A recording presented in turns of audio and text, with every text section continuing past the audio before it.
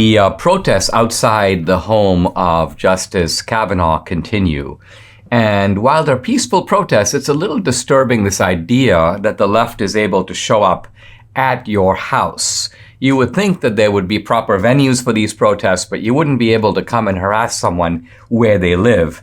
And so you have this alarming scene of these sort of police officers with helmets and batons, and then all these protesters milling about them and shouting slogans and signs and so on. But that's not the worst of it. The worst of it is what the left is doing to these pregnancy centers, the pro-life pregnancy centers around the country. Now, Life News, which is a pro-life site, has documented 40 plus incidents of violence and vandalism directed at pro-life individuals and organizations ever since the leak of the draft Supreme Court Dobbs decision. By the way, where is the leaker? How is it the case that you have this investigation and somehow you can't find a leaker who gave this information to the media? What? Now, let's look at these incidents because they're quite disturbing.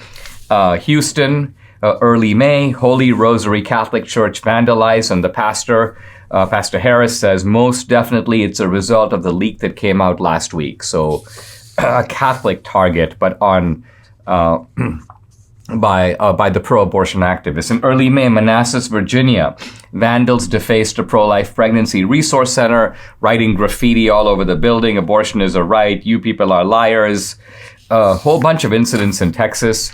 Early May, Portland, Oregon, Southeast Portland Pregnancy Center. You can see the windows smashed. There's a photo here. There's the F word. Debris everywhere. May 3rd, Frederick, Maryland, the CareNet Pregnancy Center defaced with spray-painted pro-abortion messages that say pro-abortion, go to PP, Planned Parenthood instead, abortion is a right, this is not a real clinic, end forced motherhood. And then one more example out of the 40, then I'll give you May 8th, Madison, Wisconsin, a leftist so-called anarchist group attacks the Wisconsin Family Action Office. They tossed 2 Molotov cocktails into the office after breaking windows, and then they set the office on fire. Now, you may ask sort of, who is doing this? Well, who is doing this is really 2 main groups. One is called Ruth Sent Us, and the other is called Jane's Revenge.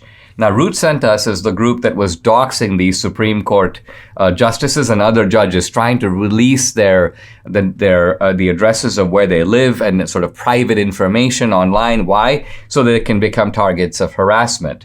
The other group is called Jane's Revenge, and they've left their sort of calling card at a number of these centers that have been vandalized. Now, you might ask, well, all of this is going on. It's going on in Buffalo, New York. It's going on all over the place. A lot of these incidents are throughout the South. And this group, Jane's Revenge, has even called for a night of rage. A night of rage. Probably similar to the sort of night of rage after the George Floyd business.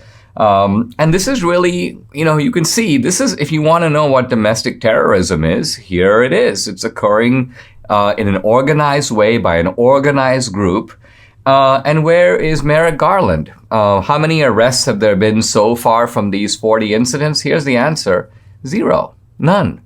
Is it because they can't find the perpetrators? Well, when you have a group already taking responsibility, that's a pretty good place to start, isn't it? So it appears, and there's actually a quotation here from one of the pro-life centers, I don't think these acts of violence are being taken seriously. Elected officials aren't publicly condemning them. The lack of response from the Justice Department leads us to believe that they pick and choose what qualifies as domestic terrorism based on politics. And then, the obvious, our concern is that this will embolden abortion supporters to commit more violence against those who support life. Now, as you can see here, there's a double kind of violence going on here. There's the violence of abortion itself. Abortion is violent. How do we know it's violent? Because at the end of it, you have a corpse. So the violence there is inherent to the abortion process. And then you have the second circle of violence, which is the violence unleashed by the pro-abortion gang against people who are trying to provide. Think of what these pregnancy centers are doing. They're trying to convince women not to have an abortion and instead to have the baby, and they provide support for that. So they're not forcing women to do anything. They're trying to persuade them that they have a better option available to them. And if the reason they're having an abortion is who's going to look after the baby, I'm going to be alone, I can't afford it, and so on, they try to provide resources so now you can. So, but the left is in a sense, they view these organizations as the enemy. So on the one hand, they're going after the justices to intimidate them, maybe trying to see if they can get them to scare them into changing the decision. And number two, it's kind of like if we can't influence the independence of the court, let's just take out our frustration and anger on these pro-life pregnancy centers. And all of this is going on while the Justice Department, I think quite deliberately, looks the other way.